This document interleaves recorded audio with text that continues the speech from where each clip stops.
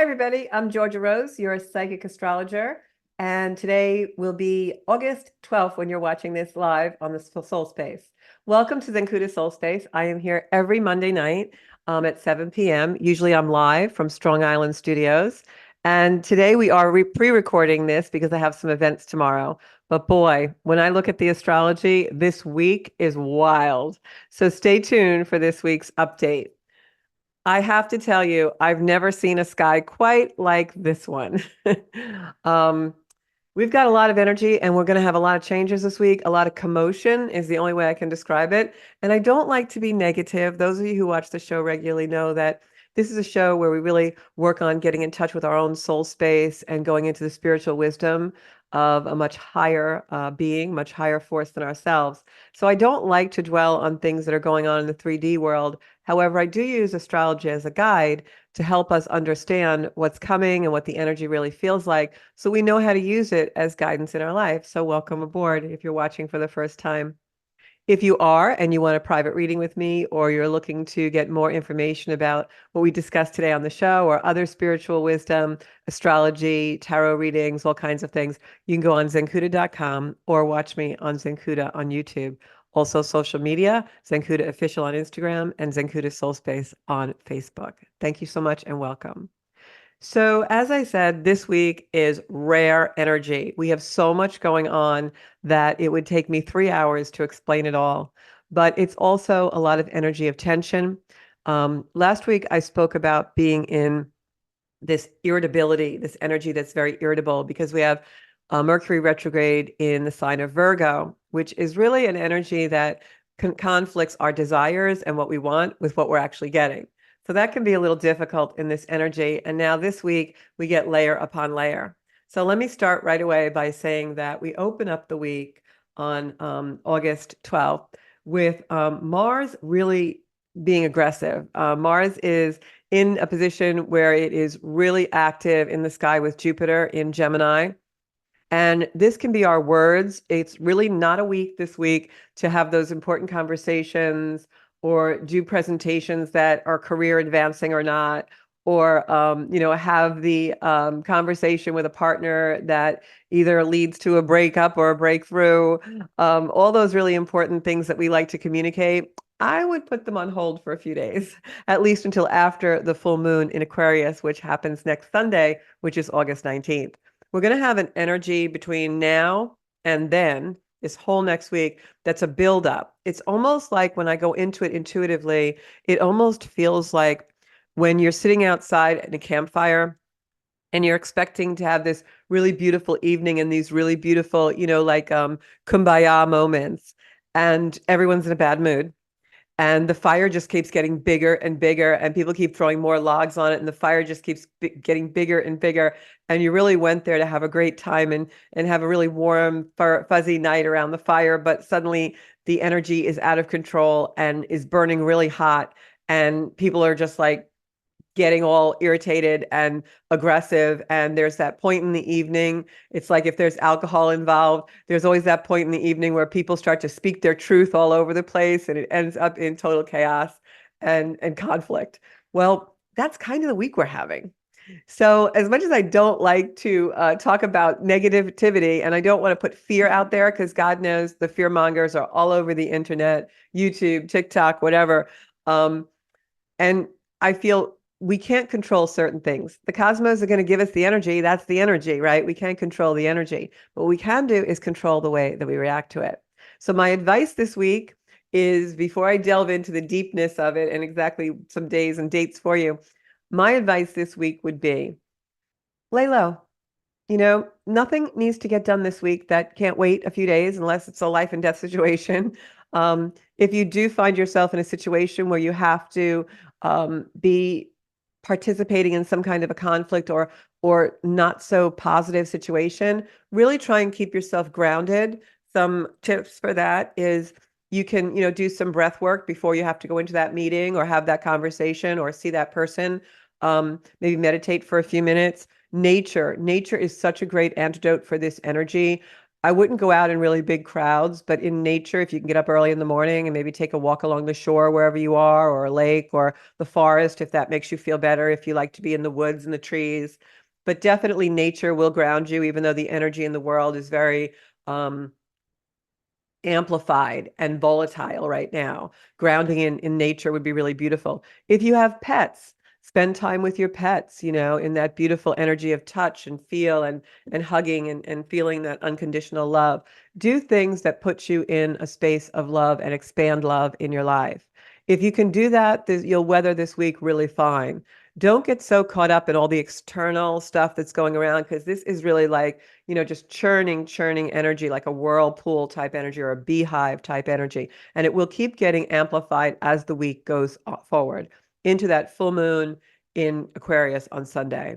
So those are my tips. I intend to use this time to write and journal. There are some aspects going on in this energy that can be very, very healing.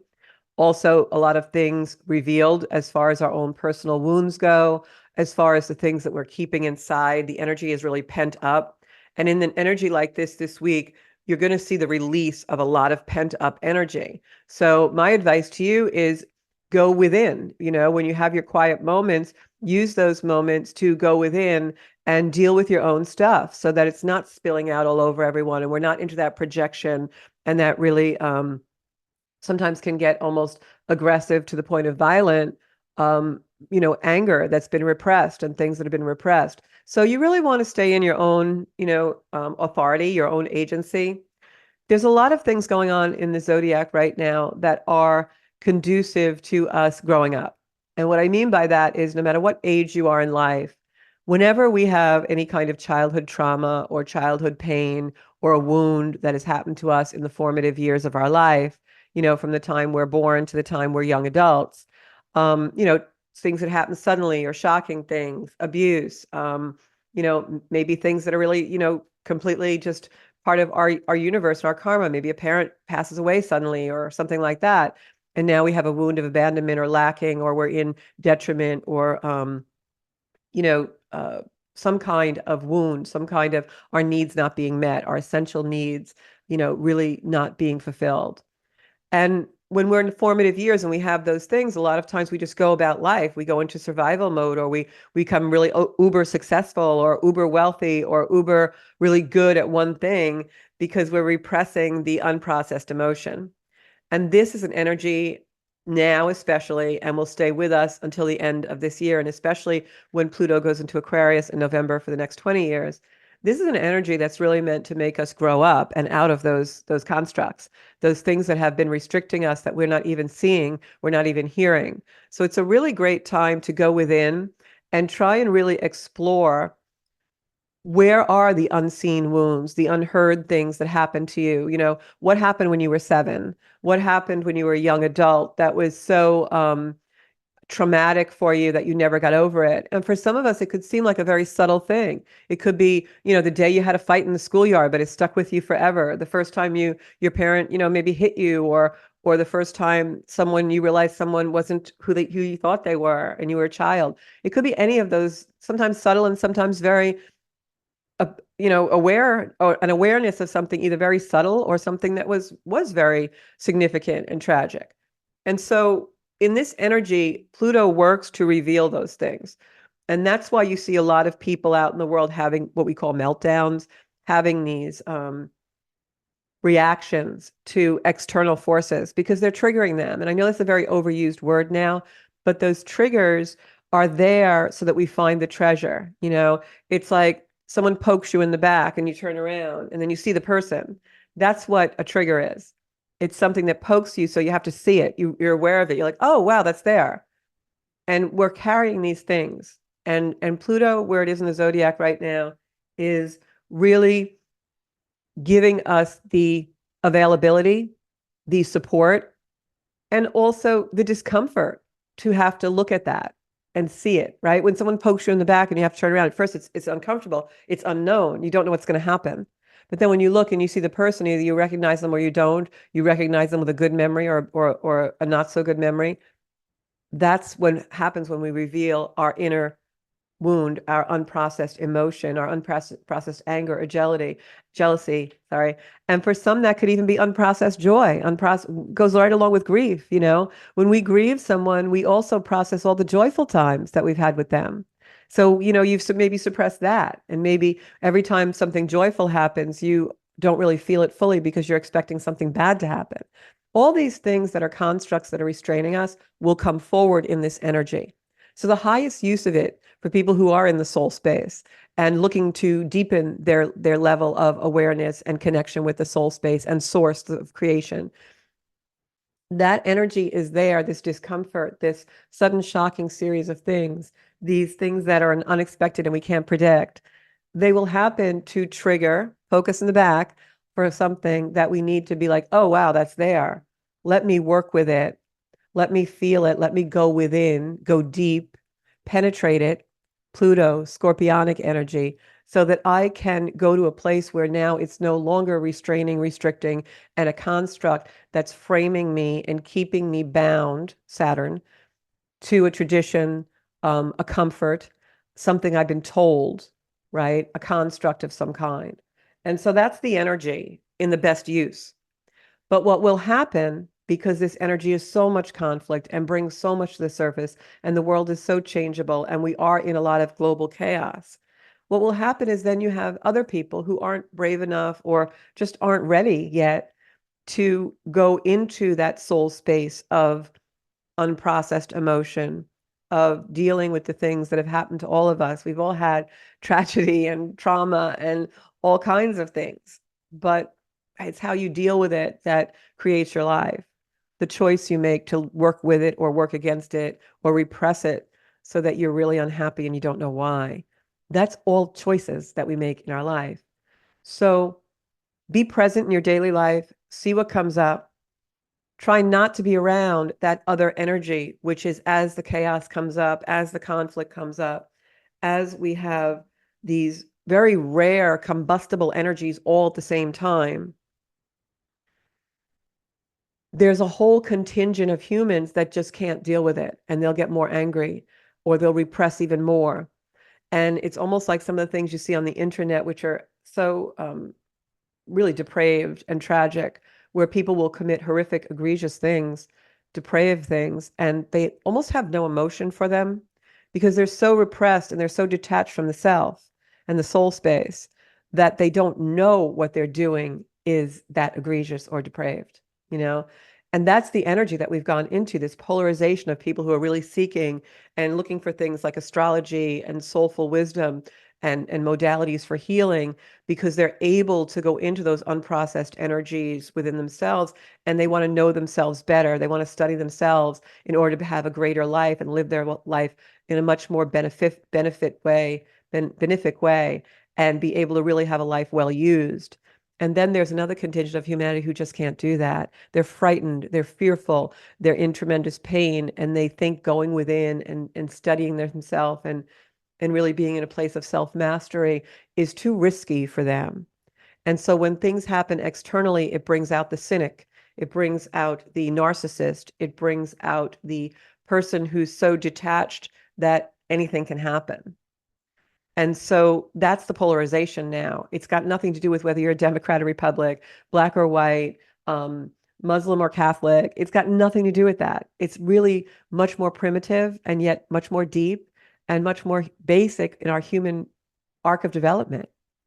And so now bringing this back to today and the music or the cosmology or the energy that we have now in the air, right? It's almost like octaves of music, like we're hearing it.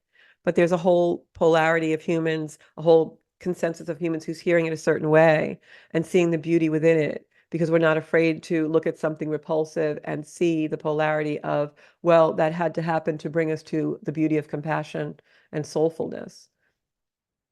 There's people who see it that way and hear that music. And then there's people who hear the music of this world's hateful and horrible and destructive, and that's disgusting. And how did we ever get here? And we need to bring things back to where it used to be.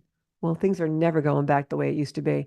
As long as I've been breathing and through many, many lifetimes, my soul has never witnessed the world go backwards, the universe go back in time. yes, we have nostalgia and yes, we have retrogrades, but I've never seen the future not happen.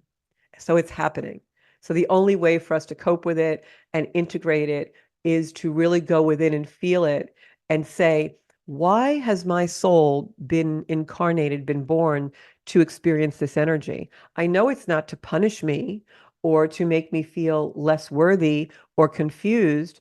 Maybe it makes me feel those things for a while until I connect and have the clarity I'm seeking. But I know it's not to harm me, it's to care for me, but I have to work with it in that way. So that's the polarity we're seeing. So why is this all happening and what to watch out for? So Monday, the energy starts to build. We've got Mars, action, aggression, speeding everything up. Mars in Gemini is in an air sign right now, and you've got Jupiter expanding it. And that's why it seems like every day, I know for me, especially lately, there's a lot of things happening with my three-dimensional earthbound life, the industry that I survive with and make a living with, mostly still in the three-dimensional world. I'm a real estate broker. A lot of things are changing in our industry. I also train real estate agents and salespeople and management. And so for me, this energy has been like every day I get shot out of a cannon and have to fill 29 hours worth of stuff in a 24-hour day. And I think a lot of us are experiencing that energy. It's because Mars, which is our action, our orientation, the way we act, our ability to be assertive or aggressive, that is being expanded by Jupiter. Both are together in Gemini, which is an air sign. So it's making things like windy and blowing and moving very rapidly. We have Saturn at the last degrees of Pisces going retrograde. We have Venus in Virgo, which I talked about on last week's show. Venus in Virgo is a very, very annoying energy. Venus in Virgo is also there with Mercury retrograde. So that's the things we desire, the things we want, the things that are important to us. Venus and Mercury, our mercurial minds are the way we strategize to get those things we want and desire and love and matter to us. Those are in a sign now, which is very critical, very, not always complimentary. How is your self-talk? Venus and Mercury, when they're both in Virgo together, will talk us out of doing things. Oh, you really don't want that. Oh, you're not capable of that. But I want it. No, you can't have it. So it's a restricting feeling. So we've got Mars speeding everything up, Jupiter amplifying everything, Venus and Mercury in Virgo saying, I want it, but no, you can't have it. So it's all this really like energy, right? Right? We turn into these cynical people, like, I don't even want to get out of bed today. I hate people, right? That's how annoying the energy is. So the 14th, that transit of Mercury retrograde and Mars conjunct Jupiter, that really comes together. Mars in Gemini is going to be there till the 4th of September. That energy is going to be really expanded by Jupiter. So expect things to speed up even more so. Everything's going to move at a very rapid pace. I'm talking really rapidly right now, just to make things happen until about, I would say, the 4th of September. So now we start to get an energy build Monday into Tuesday. And what happens is Saturn opposes Venus. Saturn is 17 Pisces, Venus at 17 Virgo. This is really frustrating. Saturn puts more limits on that Venus energy, which is the things that we want, we desire. No, I want it. I have to have it. I love it. Now Saturn comes in to put the fence around that. Well, you can love it, but you're only going to get this much of it. So that is the frustration building. It's desire versus want. It's desire versus the want and not getting what we want. It's this frustration that creates a need to react. Don't react. All right. So Monday, Tuesday, you're going to see a lot of reaction based on frustration, because those planets are coming together. And I'm going to share a chart with you guys really, really quickly, just to show you a little bit about how the week begins. So the week begins, we've got the moon, as you can see up here in Sagittarius at 17 degrees. That moon is going to move forward into Aquarius when it's full come next Sunday. But right now it's here at 17 degrees Sagittarius.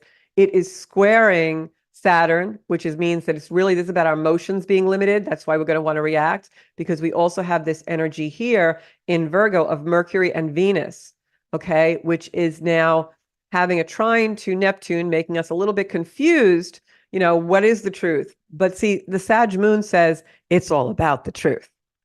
And it's it's opposing Jupiter and Mars, which is the energy I just told you is speeding things up, amplifying things, our action, our activity. So this is like, we want the truth.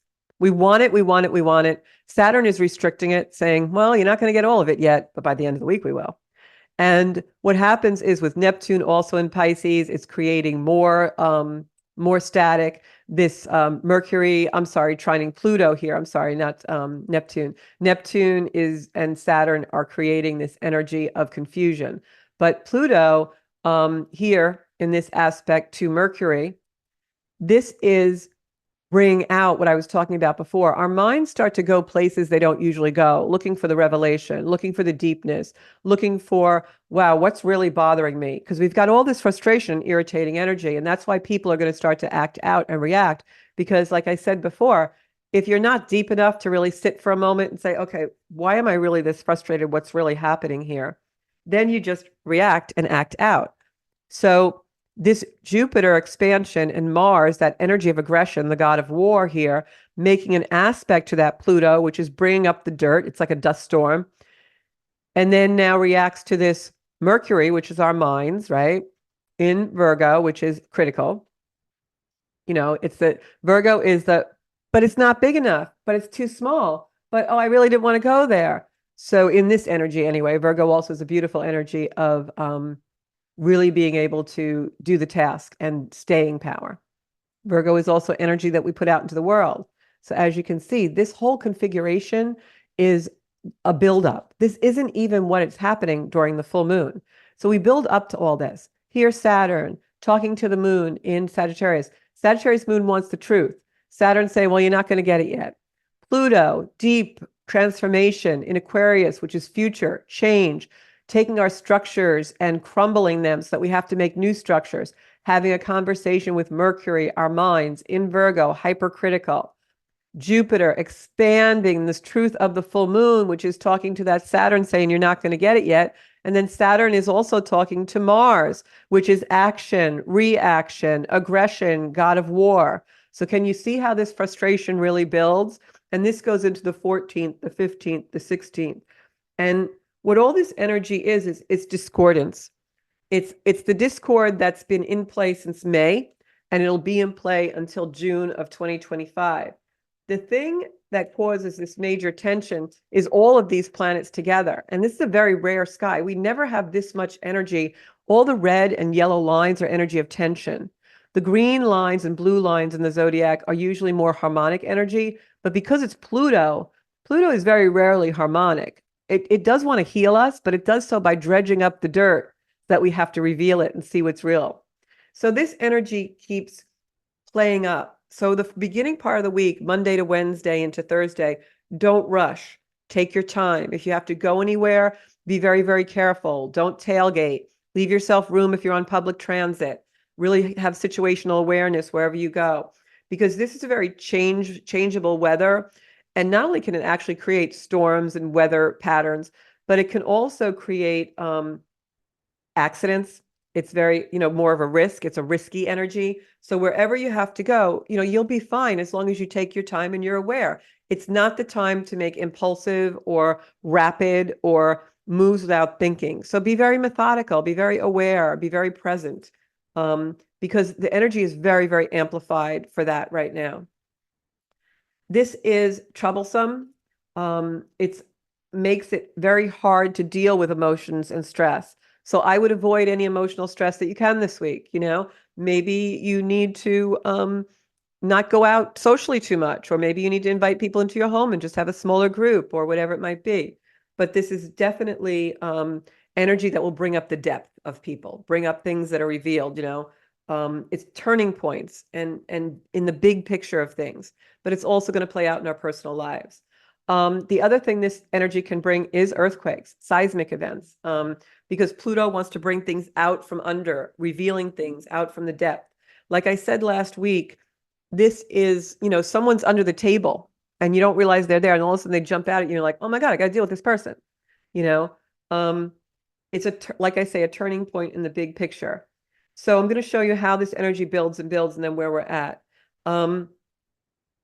This energy can be used in a good way, like I said in the beginning of this podcast. If you can go within and use the energy to heal, use the energy to really look at what you need to look at to bring your life to the next level. I didn't uncap my water. That's funny. So I just want people to hear what I'm saying because it's so important for us to really be aware in this energy of how we can utilize it to bring our lives forward in a better way. It may be uncomfortable and it may be a tough week, but there's better energy coming because we're going to resolve a lot of things because Chiron's also in play, which is beautiful energy for healing. So yes, it's major tension, but it can be controlled in a good way if you want to use it for that. I'm just looking at my notes because so much was going on this week. I had to have notes. So then when we go into like today, for instance, I'm recording this on Sunday before you guys will be seeing the podcast. This is the moon square Scorpio. So if you look square Pluto. So if you look at that energy, it's really an energy that wants us to do our work. You know, Saturn is involved here. Saturn wants us to look at the restrictions in our life to break away from them. Uranus in there is the planet that's just going to decentralize and break everything away. So told you all about that energy. There's a yod in that energy also that you just saw in the chart. A yod is almost like a triangle, but it's like a very like an isosceles triangle. I know I'm watching my algebra. I'll show the chart again. Oop.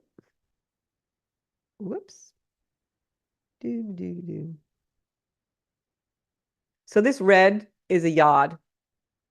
And so that yod is making the energy like the hammer. Like this part here is the hammer. So the moon and Pluto are really trying to hammer something home, literally. Like, look over here because we need you to finally move this energy and work with this energy.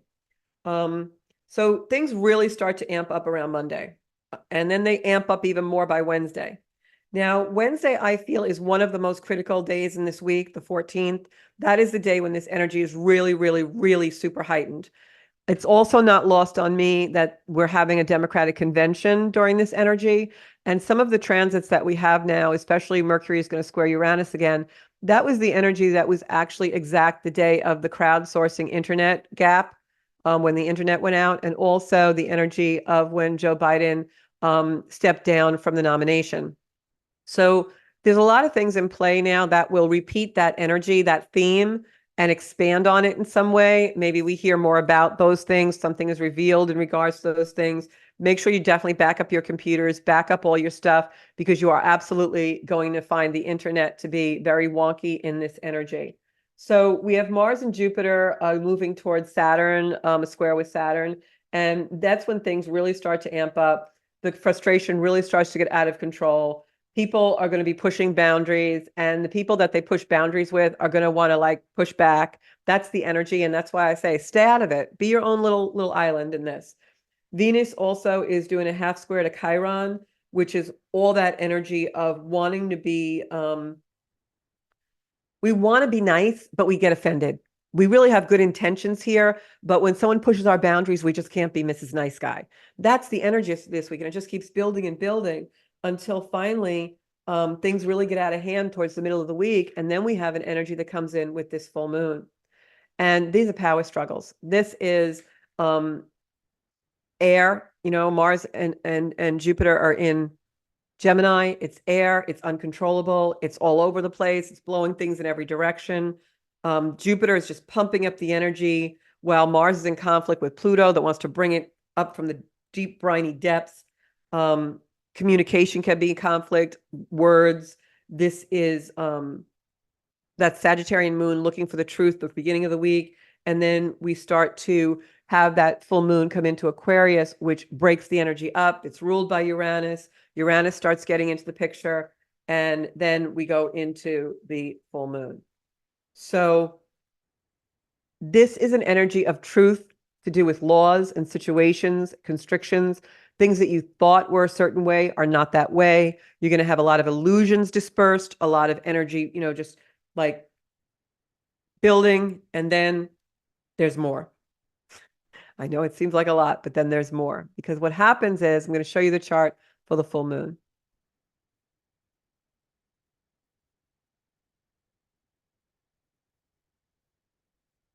So this is the chart for the full moon. And during the full moon, where the moon is at 27 degrees of Aquarius, it's opposing the sun and Mercury, which retrograded back into Leo. Okay. So Mercury is retrograding into a different sign this week on top of everything else. So the sun and Mercury here in Leo, which is ruled by the sun, are together in what we call an almost exact conjunction. That's what we call cazimi. It means that the sun and Mercury are coming together. They're combustible. So our minds and our our soulful energy, our purpose are coming together. This is an energy like we mean business. Mercury and the sun cazimi can be very combustible. It can be idealism. It can be fanatical ideas.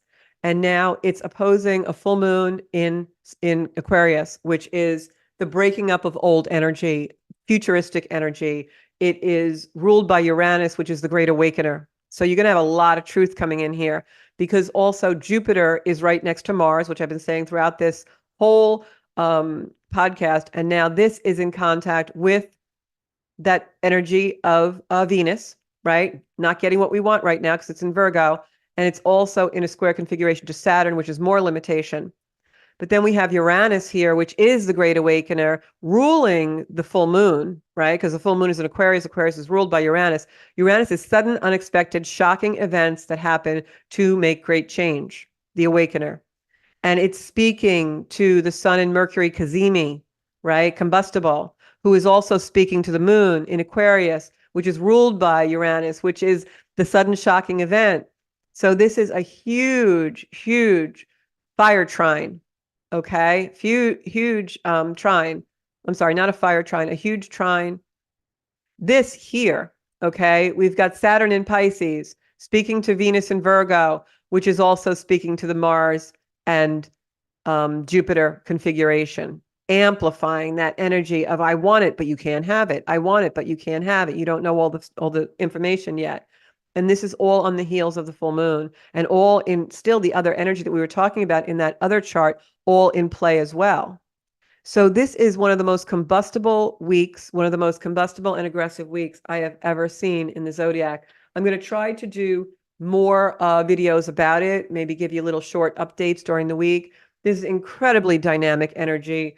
It's intense, the amount of stuff that's going on in the zodiac. This is not a time to start anything new or anything that can be conflicting. It's not a time to have those heavy conversations with anybody.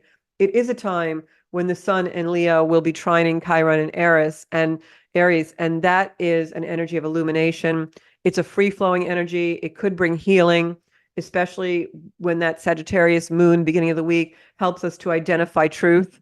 So there's incredible, incredible energy for healing here and really, being in an energy of bringing our lives to a beautiful new awakening. However, it might not be comfortable. There's a lot of energy that's out there in the world that is going to be volatile. Please, please practice self-care. Please, if you don't have to make the trip, stay closer to home. If you don't have to, have the serious conversation or be in front of a tremendous amount of people, then put it off for a few days or a week. I certainly am not stepping into fear. This is not a fearful time. It's an aware time. It's time to be really, really aware. How can I use my life well? How can I be of service to the world and still maintain my own integrity for love and in the expansion of love in my life? That's really what this is about. And as we grow our soul space, that's really where we want to stay. So thank you so much for tuning in. I hope to see you here next Monday night at 7 o'clock to hear all of your stories about how you use the energy for this week. And I also look forward to seeing you on social media. So Zencuda Soul Space on Facebook, Zencuda Official on Instagram, and of course, my YouTube channel, Zencuda, where you'll find some shorts about the energy of this week. Thanks so much, guys. Stay cool, stay calm, be present, and don't forget to do your spiritual rituals. Take a walk in nature, meditate, do your yoga, whatever really makes you feel in your beautiful soul space. Thanks so much. I am Georgia Rose, and if you want a private reading, you can book that on zencuda.com. See you guys.